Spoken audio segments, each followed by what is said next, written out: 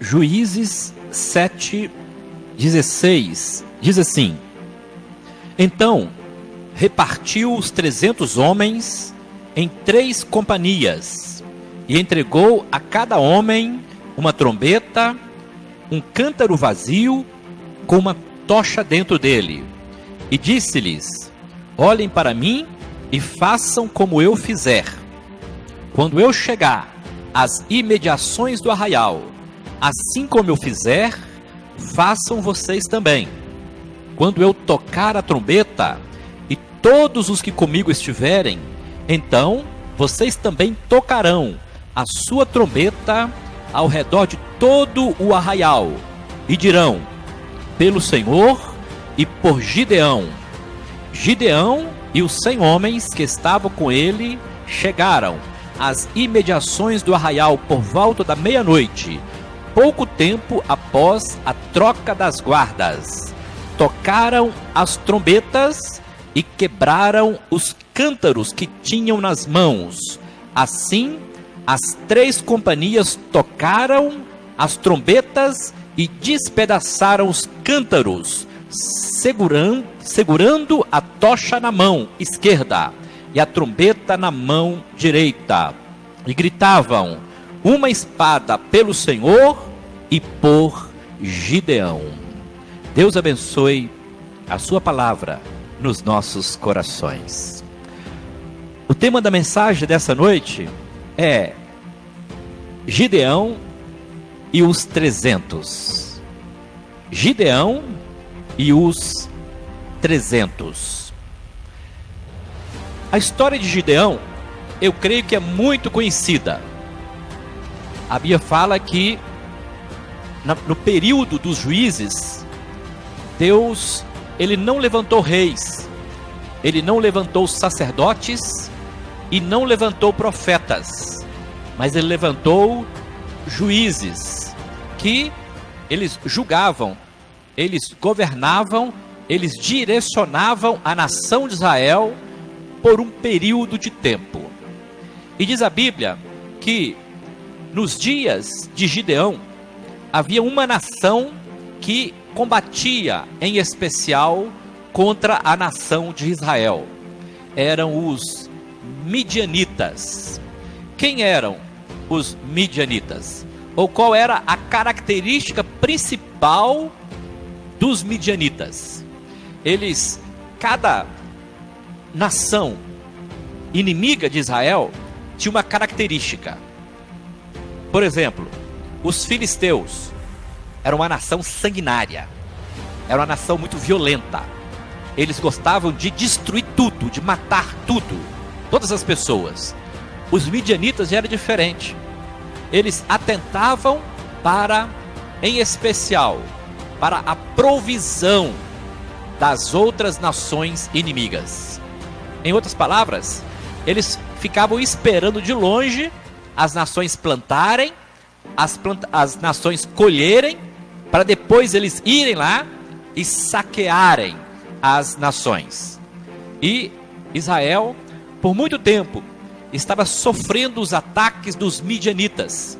Eles recolhiam lá nos seus celeiros o fruto da terra, e os midianitas vinham como gafanhotos e invadiam a cidade, roubavam toda a provisão, roubavam os animais e deixavam a nação de Israel ali sem provisão. E eu dizia sobre o período dos juízes. Por que ocorreu o período dos juízes? Quando você lê lá em Josué, depois que Josué morreu, não levantou mais ninguém sucessor de Josué. Josué foi o sucessor de Moisés, mas Josué, ele não levantou um sucessor, alguém que viesse sucedê-lo, que viesse substituí-lo na liderança do povo de Israel. E por muito tempo a nação de Israel ficou sem uma diretriz da parte de Deus, sem um sacerdote, sem um rei e até mesmo sem juiz. E diz a Bíblia que no início de Juízes, que o povo fazia como bem eles entendiam, como eles achavam que era certo, eles faziam. Até que Deus começou a ouvir o clamor da nação de Israel, porque eles estavam passando por muitas provas, estavam enfrentando muitos inimigos, ferozes inimigos. Então eles clamavam a Deus, e Deus enviava o socorro por meio de juízes. Aí o juiz vinha, ele dava as diretrizes da parte de Deus para a nação de Israel, e acontecia que com o tempo o povo se acomodava. Aqui, vamos tirar uma lição aqui, irmãos. Nós somos muito acomodados. Muitas vezes nós começamos bem, mas com o tempo nós vamos nos acomodando. Deixa eu dar um exemplo. Nós estamos no primeiro mês do ano, e no último mês do ano, que é dezembro, geralmente nós fazemos muitos planos. É ou não é? Nós não fazemos planos? Não, ano que vem vai ser diferente, ano que vem eu vou fazer isso, ano que vem eu vou fazer uma caminhada, ano que vem eu vou emagrecer, ano que vem eu vou fazer um curso, ano que vem eu vou tirar a carteira, ano que vem, entendeu? Aí, dezembro é o último mês, aí chega janeiro, que já é o ano que vem, que já chegou. Aí, o que acontece? Aí nós vamos protelando, aí nós vamos enrolando, nós vamos empurrando com a barriga até chegar de novo dezembro de 2021. Aí nós falamos, não, ano que vem vai ser diferente, ano que vem eu vou fazer um propósito, ano que vem eu vou fazer isso, mas nós vamos nos acomodando. Então era mais ou menos isso que acontecia com a nação de Israel. Quando Deus vinha e dava o livramento por meio dos juízes, eles se alegravam, eles ficavam felizes, porque Deus estava socorrendo, Deus estava dando a vitória. Mas com o passar do tempo, eles começavam a se acomodar, e eles voltavam a fazer o que eles faziam de errado, que desagradava a Deus. Aí o que Deus fazia? Permitia que o inimigo se levantasse contra eles. Então Deus usava os inimigos para corrigir o seu povo. E foi justamente isso que aconteceu nos dias de Gideão. O povo aí havia caído na apostasia, eles haviam abandonado o Deus de Israel, e Deus permitiu que os midianitas viessem saquear, viessem roubar a provisão deles. Aí, ao verem que eles estavam sendo saqueados, roubados, eles clamaram a Deus. E diz a Bíblia que Deus ouviu o clamor deles e levantou a Gideão. Quem foi Gideão? Gideão, ele estava lá na sua casa tranquilo, debaixo de um carvalho, e de repente aparece um anjo e diz para ele: o Senhor é contigo, homem valente. Olha só, ele se assustou, e ao ouvir aquela expressão, ele disse: olha, se o Senhor é comigo, então espera aqui, que eu vou preparar uma oferta, eu vou cozinhar um cordeiro, e vou fazer um pão sem fermento, e vou trazer para você. E foi o que ele fez. O anjo ficou esperando, ele entrou na sua casa, preparou o cordeiro, preparou o pão sem fermento, trouxe para o anjo. E diz a Bíblia que o anjo pediu para que ele colocasse sobre uma pedra o pão, pegasse o caldo, jogasse por cima ali daquele pão e do guisado que ele tinha feito. E diz a Bíblia que desceu fogo do céu, e quando o fogo desceu, queimou todo o sacrifício, toda a oferta que Gideão havia preparado para o anjo do Senhor. Aí Gideão se assusta e diz: ai de mim, porque eu vi o anjo do Senhor. Ele ficou atemorizado, ele ficou com medo, porque ele viu que Deus estava chamando-o para uma missão. Ele seria o Salvador da nação de Israel. E diz a Bíblia que o anjo o convocou para que ele fosse como ser um instrumento para a libertação da nação de Israel. Mas olha só, irmãos, que coisa interessante. O anjo falou com ele: o Senhor é contigo, homem valente. Você sabe o que significa Gideão? O nome Gideão, olha só, o anjo falou para ele: o Senhor é contigo, homem valente. E o próprio nome de Gideão significa guerreiro poderoso. Mas aí, o que ele fez? Ele começou a se justificar, a se auto-justificar, dizendo: mas eu sou da tribo de Manassés, a minha tribo é a menor que tem, a família do meu pai é a menor que existe, e logo eu vou ser o libertador de Israel. Aí o anjo traz novamente uma palavra de estímulo e de força para Gideão.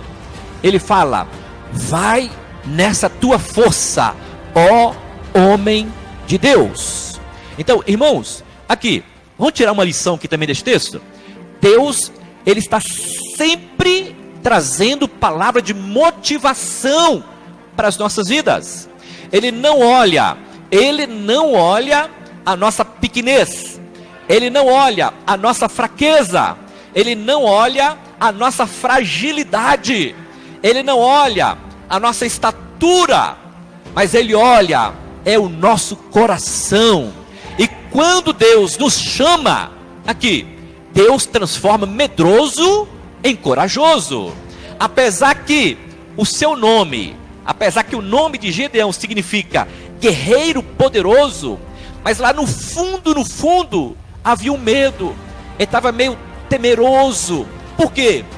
A nação de Israel era uma nação pequena, se for comparada com as outras nações. E os midianitas, além de ser uma grande nação, eles também se uniram com outras nações para destruírem a nação de Israel. Aí, Gideão, ele demonstra o primeiro sinal de medo. Primeiro, aqui, ele é o medroso que fica pedindo sinais para Deus. Tem pessoas que ficam pedindo sinais para Deus. Irmãos, pode pedir sinais para Deus. Deus dá sinal. Deus dá. Ele dá sinal. Mas quando Deus nos chama, não precisa mais de sinal não. Se Ele chamou, está chamado, vai nessa tua força. O Senhor é contigo. Ele vai fazer você romper, porque você está crendo na sua palavra. Então, aqui ó, o primeiro pedido que Gideão fez foi para o anjo. Aqui ó, senta aqui, espera que eu vou preparar um guisado, vou preparar um bolo. O anjo esperou. Deu? Quando ele voltou, opa, se esperou, se mandou fogo, se recebeu, então é de Deus mesmo. Mas aí ele pediu um outro sinal. Ele disse: olha, se o Senhor realmente for comigo, se o Senhor realmente for nessa peleja conosco, faz o seguinte: eu vou pegar um novelo e vou colocar lá no terreiro, e eu vou passar a noite. Eu quero que chova somente no novelo, não vai poder cair água nenhuma em volta do novelo. E diz a Bíblia que passou-se a noite, de manhã, quando Gideão foi lá para ver o novelo, ele estava encharcado. Diz a Bíblia que ele apertou assim e deu para encher uma taça de tanta água que tinha naquele novelo. Olha só, e nem um pingo de água em volta, somente no novelo. Aleluia! Irmãos, mas aí Gideão, ele não estava contente com essa prova. Ele queria uma outra prova. Ele disse: bom, já que aconteceu isso, então agora eu quero o contrário. Eu quero que o Senhor faça chover em volta do novelo, mas que não caia nenhuma gota no novelo. E diz a Bíblia que passou-se a noite, de manhã, quando Gideão foi lá para olhar, eu creio que ele deve ter ficado de olho, né, escondido, para ver se alguém ia lá para jogar água, entendeu? Então, diz a Bíblia que quando ele chegou lá, a água estava só em volta do novelo, e o novelo estava sequinho. Aleluia! Então Deus confirmou pela terceira vez que o Senhor era com ele. Aí, olha só o que Deus faz, irmãos. Deus, ele conhece a nossa estrutura.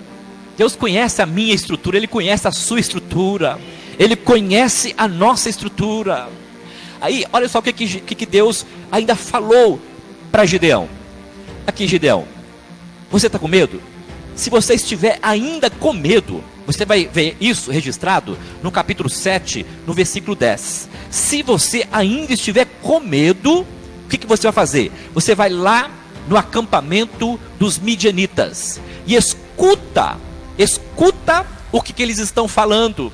E diz a Bíblia que Gideão, ele pegou um dos seus ajudantes, chamado Pura, foi até o acampamento. Chegando no acampamento, tinha 2 midianitas conversando, e um contava um sonho para o outro. E o sonho que aquele contava para o outro dizia respeito a Gideão. Diz a Bíblia, aqui no versículo 12 do capítulo 7, os midianitas, os amalequitas e todos os povos do Oriente cobriam o vale como uma nuvem de gafanhotos. Os camelos deles eram uma multidão inumerável, como a areia que está na praia do mar. Quando Gideão se aproximou, eis que um certo homem estava contando um sonho ao seu amigo, e ele dizia: eu tive um sonho. Eis que um pão de cevada vinha rolando dentro do arraial dos midianitas, bateu contra a tenda, de maneira que esta caiu, se virou de cima para baixo e ficou estendida no chão. O amigo respondeu: isto não é outra coisa a não ser a espada de Gideão, filho de Joás, homem israelita. Deus entregou nas mãos dele os midianitas e todo este arraial.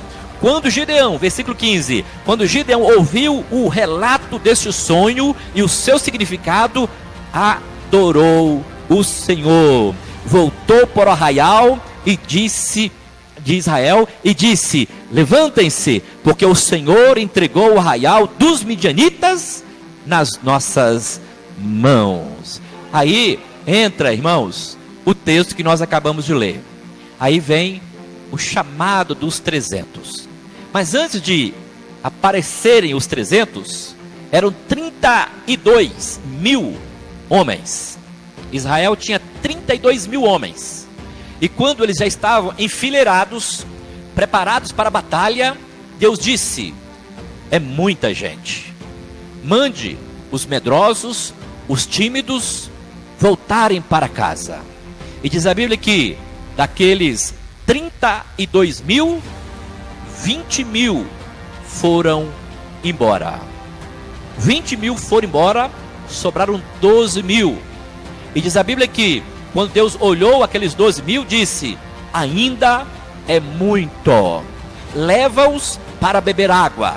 E quando estiverem bebendo água, repare, aqueles que estiverem bebendo água distraídos, você separa a parte. Mas aqueles que estiverem bebendo água, mas estiverem atentos, estiverem vigiando, estiverem observando o ataque inimigo, separa-os. E diz a Bíblia que de 12 mil, restaram somente 300 homens.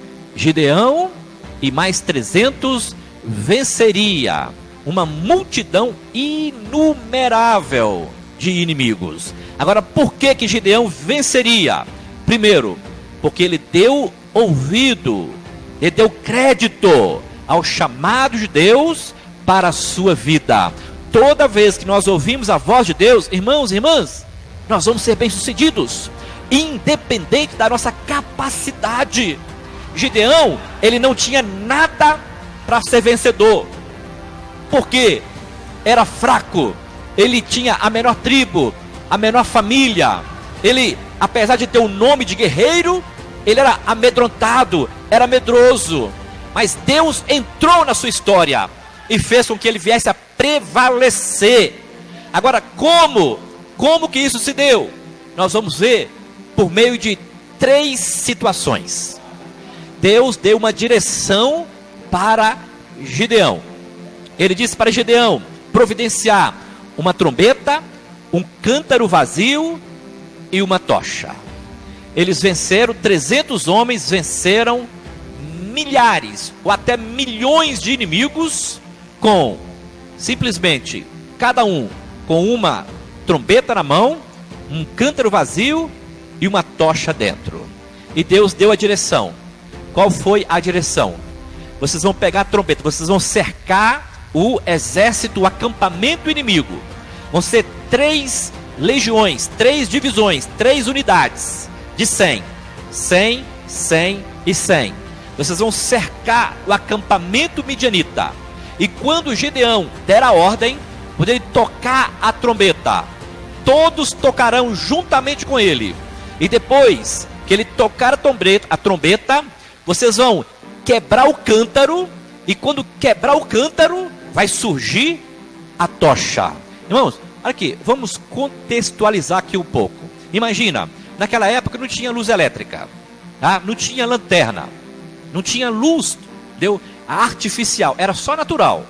Era noite, diz a Bíblia que era meia-noite, na troca do turno dos guardas. Então havia uma escuridão, não tinha como as pessoas se enxergarem. Então os 300 eles estavam em volta ali do acampamento, tudo escuro. E de repente, aquela multidão de inimigos, eles ouvem trombetas de todos os lados, porque eles estavam cercados. Ouviam um trombeta da frente, do lado direito, lado esquerdo, de trás, enfim, de todos os lados. Eles ficaram perturbados, eles não sabiam para onde ir, porque ouviam o som da trombeta de todos os lados. E para piorar, no meio daquela escuridão toda, de repente aparece fogo em volta deles, porque até então a tocha estava dentro do cântaro, mas quando eles quebraram o cântaro, apareceram as tochas e iluminou todo o acampamento. Aí diz a Bíblia que Deus fez com que os inimigos de Israel, eles começassem a se combater uns contra os outros, um se degladiando contra o outro, um ferindo o outro. Agora vamos aplicar aqui o que significa esses 3 elementos aqui. Primeiro elemento, a trombeta. O que significa trombeta? Trombeta significa o som da voz de Deus. Aleluia! Lá em Apocalipse fala que a voz de Deus é como voz de trovão.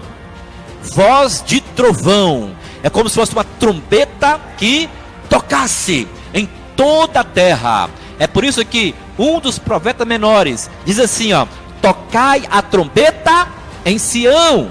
Então, esse tocar a trombeta em Sião não é apenas tocar uma trombeta natural, não. É proclamar a palavra de Deus. Então, a trombeta aqui significa o poder da palavra de Deus. Nós precisamos fazer uso da palavra de Deus. Toda vez que você se apropria das promessas de Deus, você vai ser bem sucedido. Jesus disse que passarão céus e terra, mas a minha palavra não passará. Jamais Deus vai permitir que uma das suas promessas fale. É por isso que ele falou para Josué, o próprio Josué falou isso para a nação de Israel: olha, nenhuma das boas palavras que Deus falou a Israel caiu por terra, tudo se cumpriu. Sabe por quê? Porque Deus não é homem para que minta, nem filho do homem para que se arrependa. Se ele prometeu, pode crer, vai acontecer. Então a trombeta significa o poder da palavra de Deus. É como se Deus estivesse, soando voz de trovão e atordoando todos os midianitas ali naquele acampamento. E quando eles ouviram aquele sonido de trombeta, eles ficaram aterrorizados, eles ficaram perturbados, eles não sabiam para onde correr. Aí um corria em direção da espada do outro. Irmãos, aí veio o cântaro. Diz a Bíblia que depois que a trombeta foi tocada, eles quebraram o cântaro. Nós precisamos quebrar o cântaro, irmãos. Sabe o que é cântaro? Cântaro somos nós. Olha o que diz lá em Jeremias capítulo 18. Diz a Bíblia que o profeta, ele foi levado até uma olaria. E quando ele chegou lá na olaria, ele viu que o oleiro estava preparando um vaso, estava fazendo um vaso. Mas de repente o vaso se quebrou na sua mão. Ele tomou aquele barro, aquele vaso que havia se quebrado, e começou a fazer novamente um novo vaso. Aí Deus pergunta para o profeta Jeremias: Jeremias, não poderia eu fazer também da mesma forma como o oleiro fez com barro com a nação de Israel? Ou seja, restaurá-lo, consertá-lo, transformá-lo. Então, o quebrar o cântaro aqui, significa nós nos quebrantarmos diante do Senhor. Tem vitórias que nós só vamos alcançá-las quando nós reconhecemos que nós precisamos do socorro do Senhor. Tem vitórias que elas só nos alcançarão quando nós nos quebrantarmos. A Bíblia fala que é um coração contrito e quebrantado, Deus não desprezará. Irmãos, qual que foi a chave de Davi? A Bíblia fala que Davi foi o homem segundo o coração de Deus. Lá em Apocalipse fala que o Senhor tem a chave de Davi. O que significa a chave de Davi? A chave do quebrantamento. Davi, ele errou, Davi adulterou, ele cometeu muitos crimes, era um homem sanguinário, tinha as mãos sujas de sangue, mas ele se quebrantava, ele se arrependia, ele se voltava para o Senhor. E ele escreveu justamente isso lá no Salmo 51, versículo 17, porque é um coração contrito e quebrantado, Deus não desprezará. Então, o cântaro que foi quebrado aqui, significa a nossa atitude diante de Deus. Nós precisamos nos quebrantar. Nós estamos vivendo uma geração em que as pessoas não estão mais chorando na presença do Senhor. Nós choramos assistindo novela, choramos vendo filmes, choramos nos emocionando por situações que não tem nada a ver, mas nós não nos quebrantamos mais na presença do Senhor. Nós precisamos voltar a ter um ministério de lágrimas restaurado, que nós possamos, assim como Jeremias, que é chamado de um profeta chorão, que nós possamos nos apresentar diante do Senhor com lágrimas, sabe, chorando. A Bíblia fala lá em Jeremias capítulo 9, ele faz uma oração para o Senhor: ou quisera eu que a minha cabeça se tornasse um manancial de águas, então eu choraria as lágrimas do meu povo. Então nós precisamos, sabe, nos quebrantarmos diante do Senhor. Irmãos, olha só para Jesus, você nunca vai encontrar um versículo na Bíblia falando que Jesus sorriu. Você nunca vai encontrar, nem nos relatos extra-bíblicos, você nunca vai encontrar nenhum historiador falando que Jesus era uma pessoa que ficava rindo, que ficava, sabe, se alegrando. Não, pelo contrário, o texto que mais nos chama atenção em Jesus, encontra-se lá em João capítulo 11, versículo 35, Jesus chorou, porque ele tinha um coração contrito. Ele se retirava para os montes para chorar, sabe, para clamar o Senhor. Diz a Bíblia, quando ele chegou lá em frente a Jerusalém, ele chorou, e ele disse: Jerusalém, Jerusalém, quantas e quantas vezes eu quis vos redimir, eu vos quis reunir como uma galinha junto aos seus pintinhos debaixo das suas asas, mas tu não quisestes. Ele chorou. Diz a Bíblia que quando, antes da multiplicação dos pães e dos peixes, ele viu uma grande multidão, ele sentiu uma compaixão. Sentir compaixão é chorar no íntimo. Então ele se quebrantou em ver a situação daquela multidão, que era uma multidão de ovelhas sem pastor. Então nós precisamos voltar a nos quebrantar diante do Senhor. Muitas vezes nós oramos, sabe, oramos assim, meio que no automático. Nós não choramos mais na intercessão. A Bíblia fala que, olha, lágrimas toca mais o coração de Deus do que palavras. Viu lá Ana, Samuel, 1 Samuel capítulo 1, você vai encontrar Ana chegando diante do sacerdote, ali no altar, e ela começou a chorar, ela começou a orar, mas ela não tinha mais palavras, e ela começou a chorar, ela começou a gemer, ela começou, enfim, a clamar de tal forma que não se ouvia mais a sua voz. E a Bíblia fala que Deus ouviu o choro de Ana, respondeu ao seu clamor, ainda que ela não tenha falado nada, mas Deus escutou o som das suas lágrimas caindo no chão. Então nós precisamos, sabe, nos quebrantarmos diante do Senhor. Diz a Bíblia que Gideão e todos os 300 tocaram a trombeta, quebraram o cântaro, e quando eles quebraram o cântaro, o que aconteceu? Apareceu a tocha. Sabe o que significa a tocha ali? Significa fogo de Deus, o Espírito Santo em nós. Já viram lá? O apóstolo Paulo, ele usa essa expressão, porque nós temos o Espírito Santo em nós, mas ele está em nós como vasos de barro, para que o poder da excelência seja de Deus. Então, se nós temos algum valor, sabe por quê? É porque dentro deste vaso aqui de barro, porque nós somos formados do barro, da terra, enfim, do pó da terra, dentro deste vaso tem uma chama, que é a chama do Espírito. É Deus habitando em nós por meio do seu Espírito. Então quando a nação de Israel tocou a trombeta, era como se a voz de Deus invadisse ali o acampamento dos inimigos. Quando eles quebraram o cântaro, representa quebrantamento, sabe, se se transformar, se render diante dos pés do Senhor. E quando eles quebraram o cântaro, apareceu a tocha, o fogo de Deus. Diz a Bíblia, lá em Atos, no capítulo 2, que no dia de Pentecostes, quando eles estavam todos reunidos, de repente veio um vento impetuoso. E diz a Bíblia que encheu de fogo, línguas de fogo, todo o templo. E todos eles falavam em outras línguas. Olha só, o fogo, Deus manifestando por meio de fogo para fortalecer, para capacitar aqueles primeiros discípulos que iriam incendiar as nações, mundo afora. Então, quando nós nos quebrantamos, sabe o que acontece? A luz do Espírito, ela brota em nós. Sabe por que muitas vezes Deus não nos usa como nos usava no passado? Sabe por que muitas vezes nós não alcançamos os projetos, os propósitos de Deus? É porque nós não nos quebrantamos. E quando nós não nos quebrantamos, a luz do Espírito não aparece. Ela não surge em nós, irmãos. Então nós precisamos tocar a trombeta, quebrar o cântaro, para que a luz divina se manifeste em nós e através de nós. E diz a Bíblia que quando Gideão fez isso, tocou a trombeta, quebrou o cântaro, as luzes, o fogo surgiu, os midianitas ficaram perturbados, e eles começaram, um contra o outro, se degladiarem. E diz a Bíblia que Deus deu uma grande vitória, porque Gideão e os 300 ouviram o chamado de Deus,